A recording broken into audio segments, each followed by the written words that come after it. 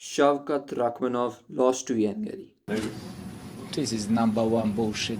Okay, listen to me. I'm not saying it was a robbery. If you don't see the fight divided as 5 rounds but rather see it as a long 25-minute fight, Gary won that fight, alright? Gary did a bit more than Shavkat. He landed more significant strikes. You can check the scorecard.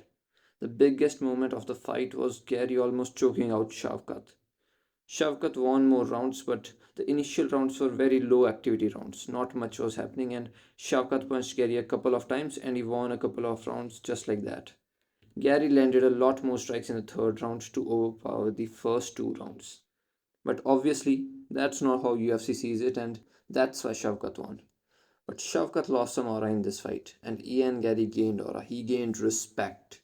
First of all, taking a fight against the boogeyman of the division and almost choking him out in the 5th round.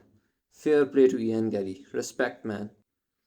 Don't get me wrong, I am Team Shavkat. I'm a Shavkat fan, alright? But he made that fight so hard for himself. He refuses to use low body takedowns like double legs, single legs. He just tried to clinch up and then trip his opponent. Brother, that can work against low level competition. But when you get to the top, when you get to the top guys, those types of takedowns are just like accessories. You use them whenever you get a chance, but that can't be your bread and butter. Alright?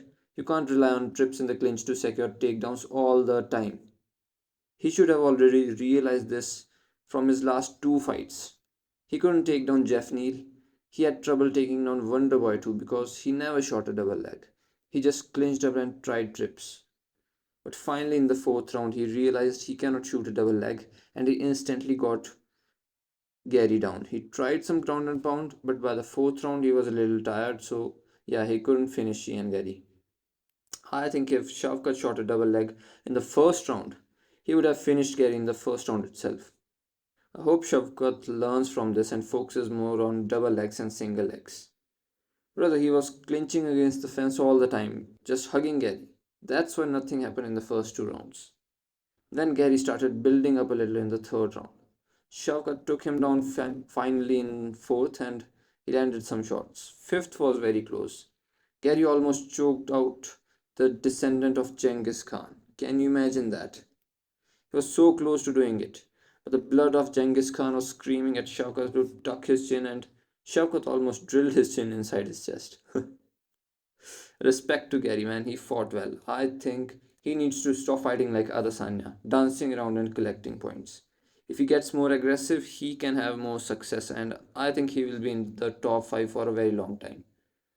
After the fight, Bilal walked in the cage. He had a little face off with Shavkat, very awkward face off. Bilal missed the opportunity to use the GSP line.